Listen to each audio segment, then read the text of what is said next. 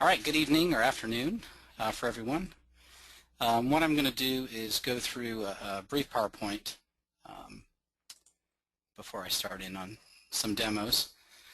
The first thing I want to do is do a bit of a review of ArcGIS and the FM integration. Now, when we started this over a year ago, the primary goal for us and ESRI was to improve and extend our mutual client workflow. So we had clients that were Fledermaus users that were starting to get into the GIS space, and there were GIS users that were starting to get into the hydrographic space and wanted to use Fledermaus. So bringing the two pieces of technology together basically enhanced our capabilities and extended the whole range of the workflow from the wet end all the way through to the GIS. Now the supported objects, brief review, bathymetric features, so depth, special soundings, contours. We can transfer those in and out of the geodatabase between Fledermaus and us. Ancillary data, coastline profiles, interpretations, and then a lot of raster data, which is kind of Fledermaus' bread and butter, the bathymetric rasters, backscatter mosaics, side scan mosaics, our hill shades, and our bathymetry attributed grids, or the bags, which is elevation plus TPU. Now in version 7.3, Fledermaus can transfer data into the geodatabase, which can then be used in a host of web applications and other types of tools that are available in the Arc desktop toolset. And it can transfer data back into Fledermaus for visualization. So this is a round trip where we can push data in and pull data back out from the geodatabase. New to version 7.3 is the FM Geocoder Toolbox. This is the follow-on to the FM Geocoder product that was in version 7.2. And Geocoder Toolbox can push data directly to the geodatabase. So this is a one-way transfer. So it's products that it creates, like mosaics and statistical grids and array grids. Those products can be injected directly into the geodatabase.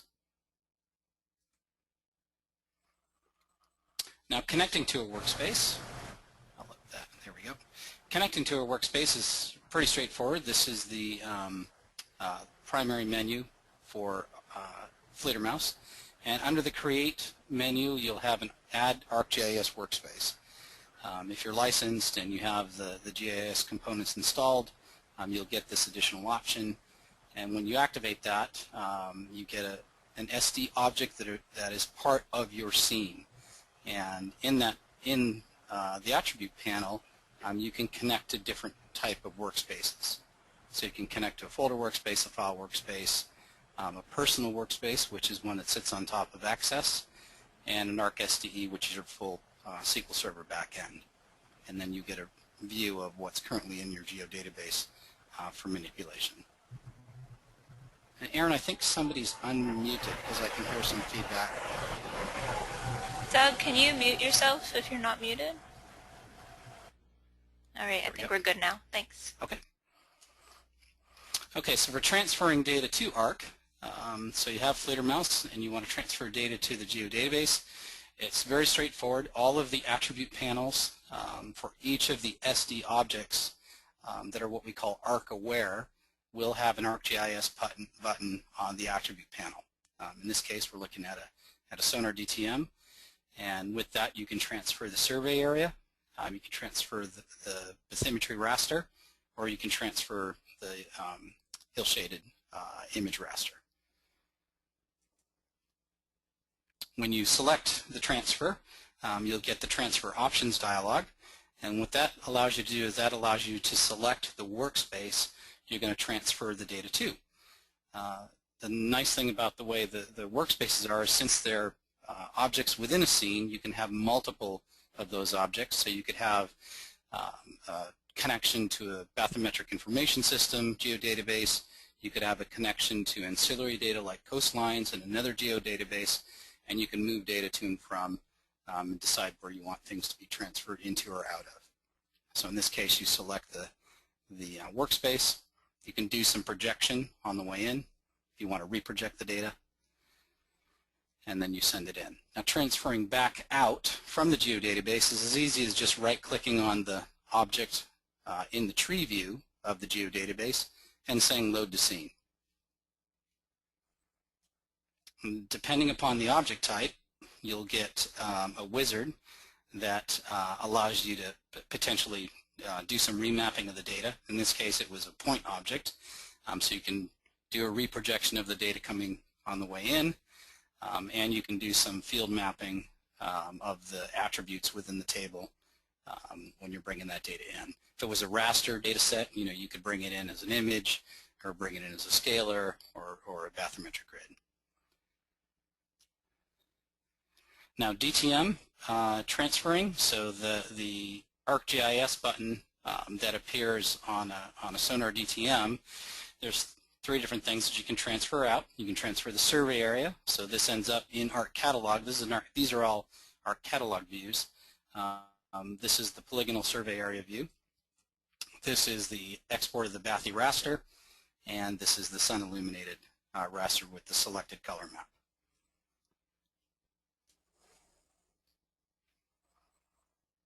Now when you're transferring points, points just go out as points, and this is an example of some water column points, and then those are exported as 3D points, and they just end up being a point feature class within ArcGIS.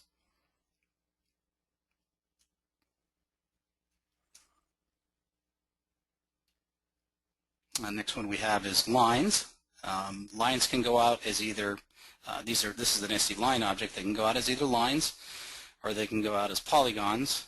There's also a third option. If you've created an SD line object from a contour operation, you can export those as contours, and they'll go out as lines, but they'll get an additional attribute field. That's the depth. So you have the contour depth preserved as a separate attribute field. Excuse me. Now for the PFM has a lot of different transfer capabilities.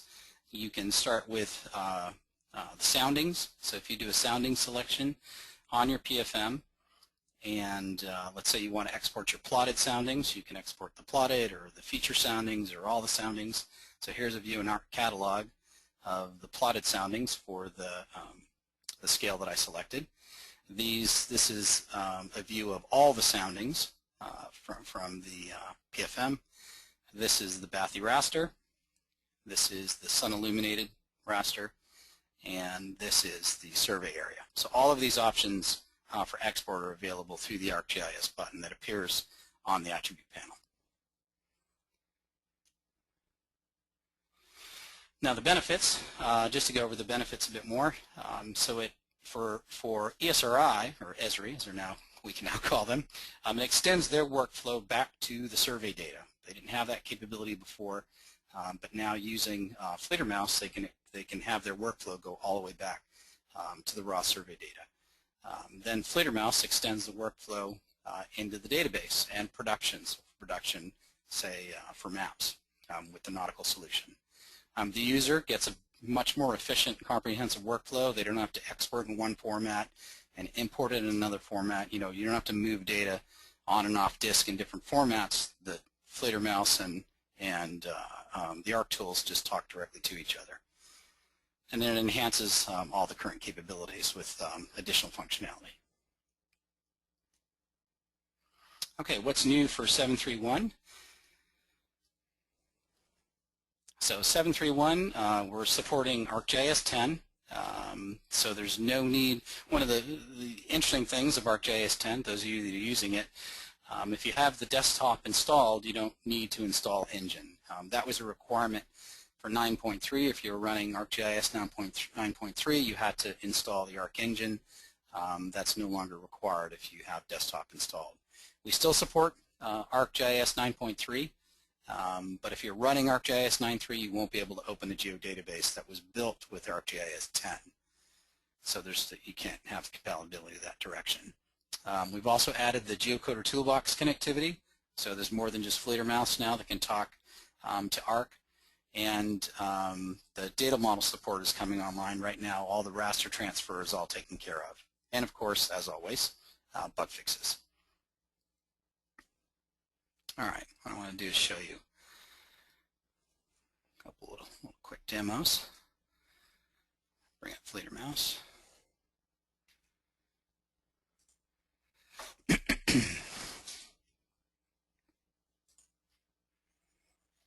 Okay, so here we have a PFM.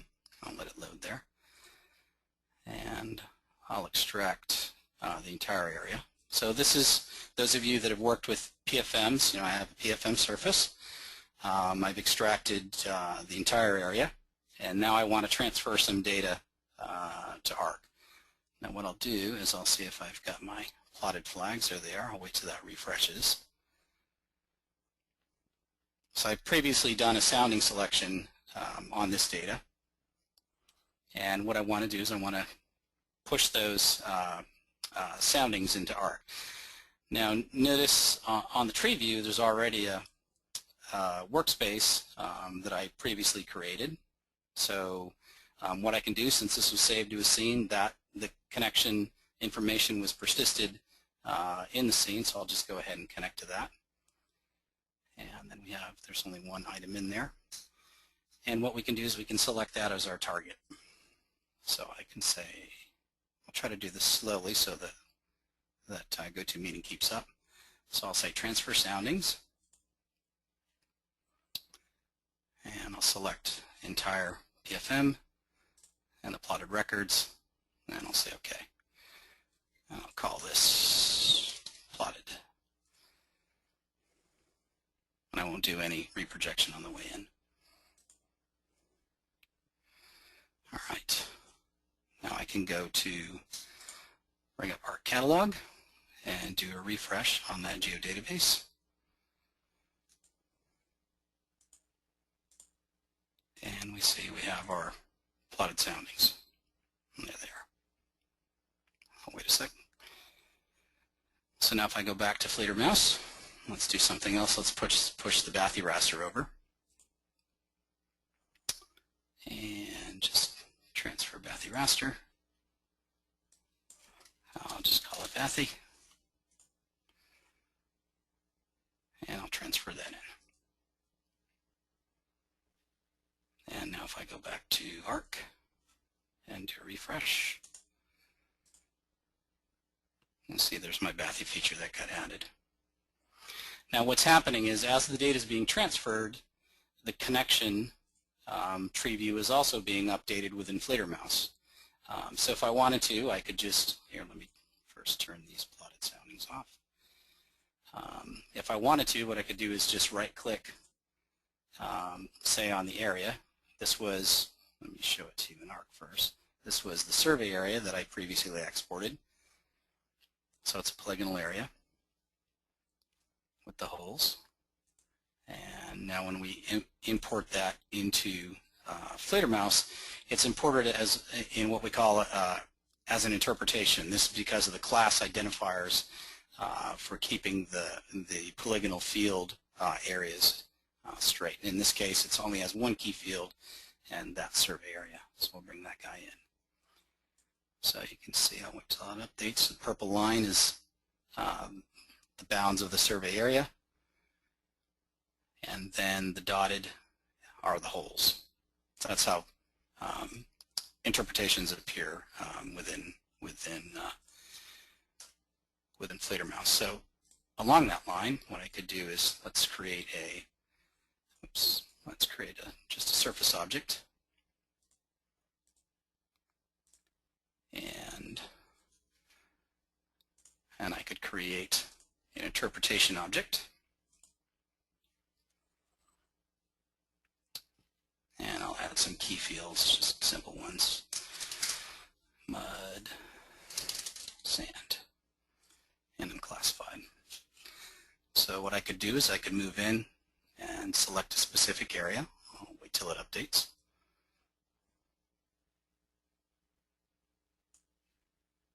All right, so I've selected that area, and I could say, well, this is an unclassified area, and add that. And then I could select another one adjacent to it. And I don't have to worry about, exactly following the boundaries. It'll do the clipping by itself.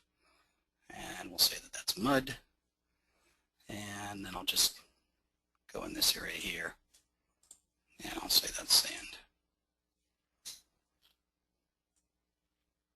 And let me bump up the line width so you can see that a little better on the video. So now we have an interpretation object. If you notice, there's also an ArcGIS button here, so we can transfer the interpretation to Arc. I can select that, our destination geodatabase, and out it goes. Now if I come here and refresh, there's our interp object. And if you go to the table view, you'll see that it has the shape length and the shape area. So these are the areas that I just did the interpretation on. So 27,000 square meters for the unclassified, etc. Now for creating, let's go back here and let's say you want to have another geodatabase.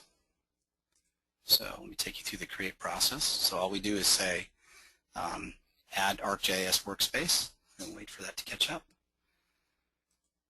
So now I have a new workspace.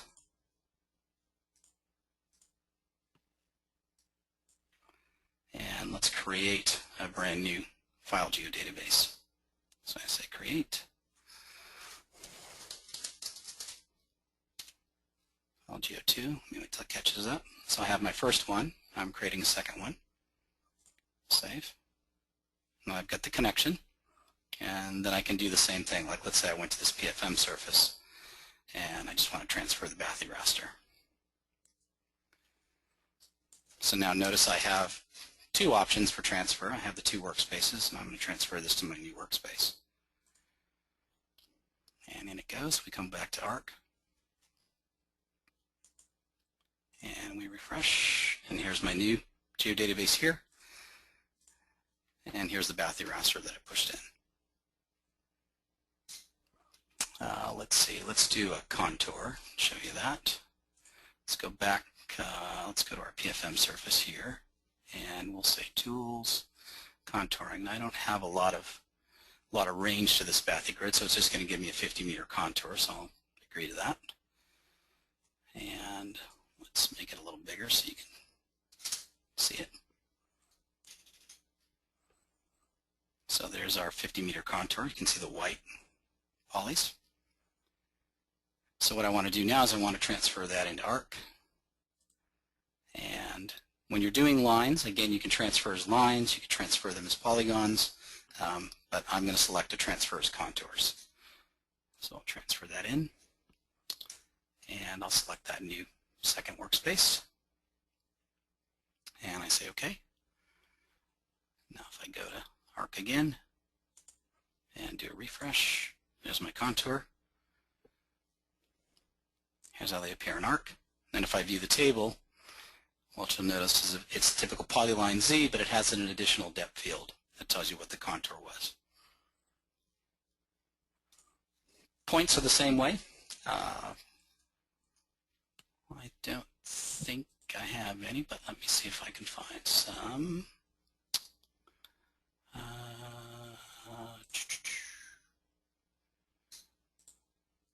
Bring some points in. Actually, here, let's do this. This will be better. Let me bring up GT and show you how it does its transfer. So here's some mosaicing I've done with basically that same data set. Let me turn the lines off so you can see it better. So I generated this mosaic, and now I want to get this into Arc. So what I could do is just go to the mosaic object, wait till that updates, and then I right-click, export to ArcGIS. And what I'll do is I'll select that second file geodatabase. So the workflow is a little different because there's not a continuous connection to Arc, because there's not that transfer back and forth. This is only a transfer in one direction. So I'll select that, and I'll call that Mosaic 1, that's fine, and I'll push it out. And this is a high resolution mosaic, so this will take it a bit longer to do the transfer.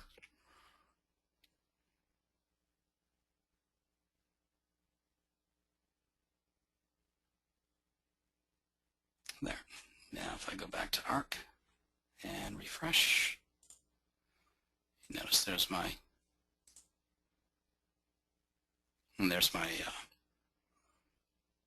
mosaic within Arc. I'll wait till that updates, and there it is there.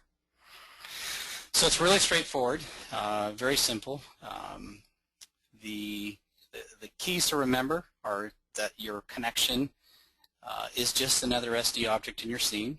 You can have multiple connections. You can be connected to folder workspaces. So I could create, if you want to put all your rasters in a folder workspace, let me pull that out. You could say folder. You could say connect ArcGIS. Let's just create a new folder. My folder and select. So now I have a folder workspace, and if you wanted to put your rasters inside of a folder workspace instead. And now if I go to Arc and do a refresh, you'll see that I still have my two geodatabases, but now I have a folder workspace, and then there's my raster. Now what you can do, you can maintain your rasters in a folder workspace if that's your workflow. There's a lot of folks like USGS work that way. But then what you can do is you can maintain a catalog within the file-based geodatabase. So let me show you how to do that. So I have my raster in a folder, and I want to go back to this guy, File Geo2. This is my File Geodatabase. So what I'm going to do is I'm going to add a raster catalog. Let's just call it Cat1. So now I have a raster catalog that's in this File Geodatabase, and then I can say let's add a raster to that. And what I can do is I can select a raster that's in a folder-based workspace. So what will happen is you'll get the typical raster entry for a catalog, but the raster data actually exists on disk. If I go back to my File 2, you'll see here's my catalog, and it's referencing that raster that's here. All right, so that's about the key bits. Let me bring the PowerPoint back up. Are there any questions before I press on to what's coming? Erin? Oh, can you just, there's some questions about the licensing. Can you just review what Fledermaus options have the FMGIS option? That's a good question. It's the Habitat one. Doug might be able to answer better. There's certain bundles of Fledermaus that actually are licensed. I think it's the Habitat one. Doug, do you know which of the others do?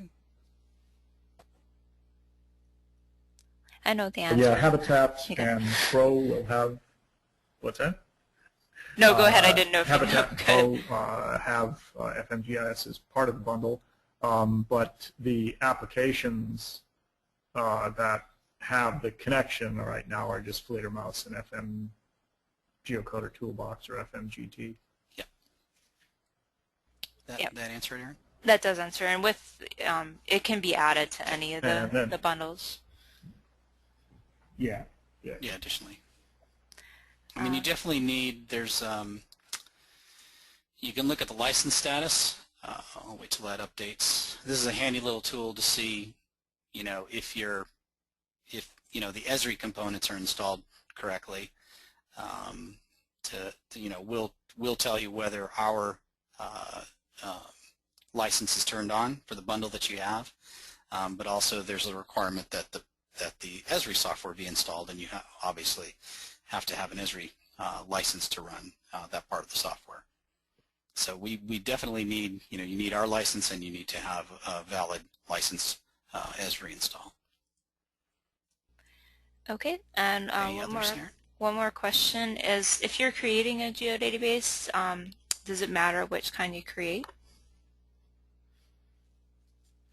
I would say, just anecdotally, stay away from a personal geodatabase. The support for some of the ARC toolbox tools are not necessarily there, and actually they kind of want people to not use the personal one because it sits on top of Access, so it's not really as powerful as either the ArcSDE. So if you have a SQL backend, this is the best way, is to do the SQL connectivity. I would say the next best is do a file geodatabase, because then you can definitely run the Arc Toolbox tools on that. If you have your data just in a folder, just a mishmash of shapefiles and rasters, that's just not as efficient for the tools. So ArcSD is number one if you have a SQL backend, and I would say file is the next one. The file's easy to do, and it's managed by Arc, and it's all within one folder, so it's easy to transport as well. Okay, great. That's it. So you can continue on. Yeah. Thanks. Nope. Okay. All right. Let me go back to PowerPoint. Oops. All right. Wait till we catch up. All right, so what's coming? This is just a little hint. We'd like to talk about this, but the thing to know is this is stuff that's coming. It's not released. This is just to give you an idea of where we're going with the ARC connectivity. This is probably one of the most exciting bits, at least from the initial people that we've been talking to. We call it the ArcGIS Fledermaus Toolbox. So if you are an ARC user, what you're used to using is you're used to using the ARC Toolbox. This appears within ARC Catalog, it appears within ARC Map, and it's just a bunch of different tools that you can use on the data within the geodatabase. What we're doing is we're starting to build out functionality that has Fledermaus capabilities, but that can be accessed from the toolbox. And this goes to basically finalizing our vision where, initially we took it to, we started with folks that are Fledermaus users that are moving into the ArcGIS arena. So they're familiar with our tools and they want to move into ARC. And this is to satisfy the users that are primarily ARC users but are getting into hydrography or other nautical capabilities, and they want to use the features that are available within Fledermaus.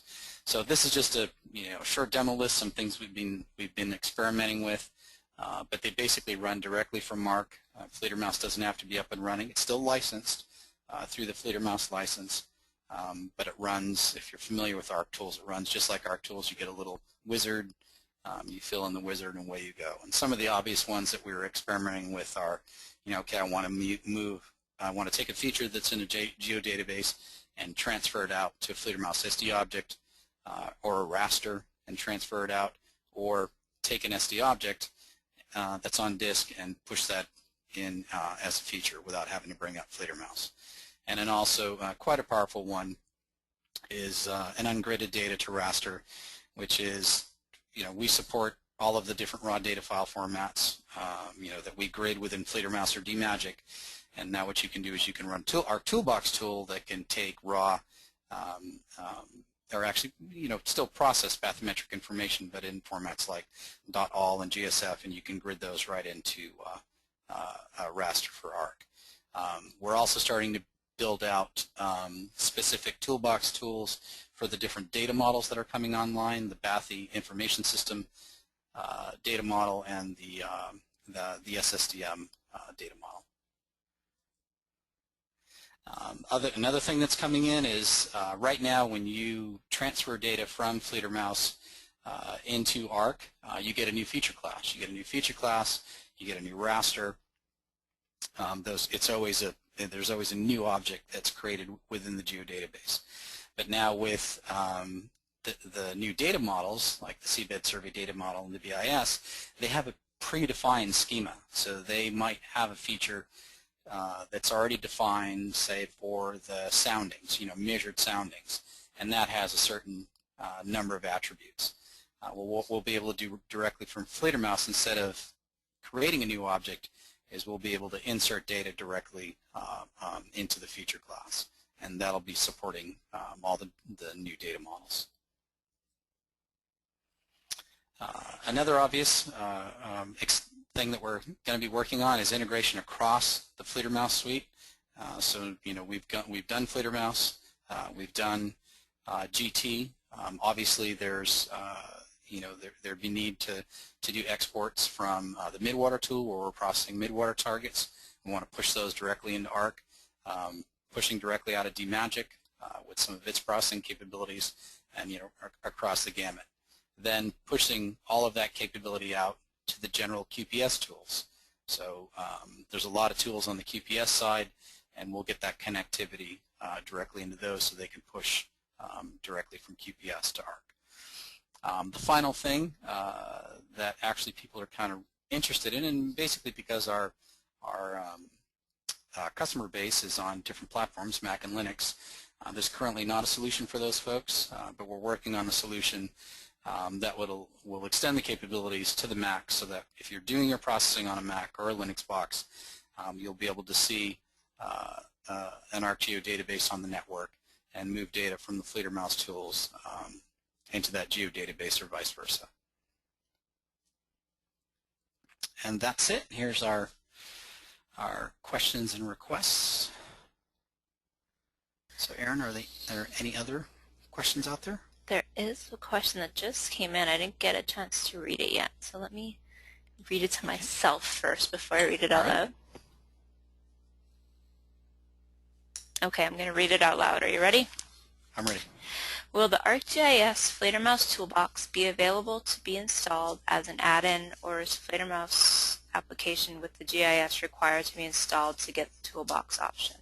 It would be great if only the add-in for the toolbox is required to be installed rather than the complete Fledermaus application. Well, that's a good implementation question. Thinking off the cuff, it does. These are smaller. When you're looking here, let me bring up actually ARC. When you're talking about the toolbox, here's Fledermaus here. These are scripts that have to access some extensive capabilities. Right now, they're accessing some of the command line capabilities and some built-in capabilities of the command line tools. So I would say, at a minimum, that needs to be installed, or these don't work. Will we do a partial install? I'm not sure. It depends on what we see the need. If it's really if there's really a footprint constraint for folks, we don't really take up that much space on a full install. You will have to be licensed, so the licensing is still the same, so those components will have to be installed. That's not, so I guess the short answer is not quite worked out.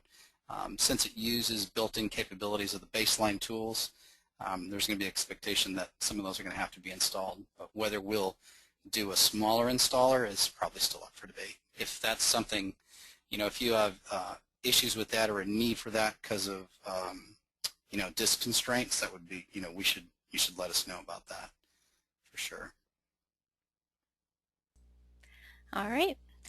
I don't have any other questions. Just give it a couple seconds just in case somebody's typing right now. Don't want to cut anybody off.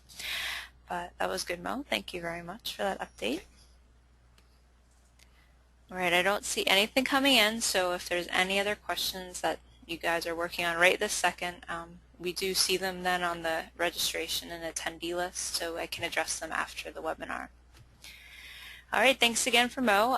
As far as I know, this did record this time, so if you're interested in getting a recording, just please send me an email.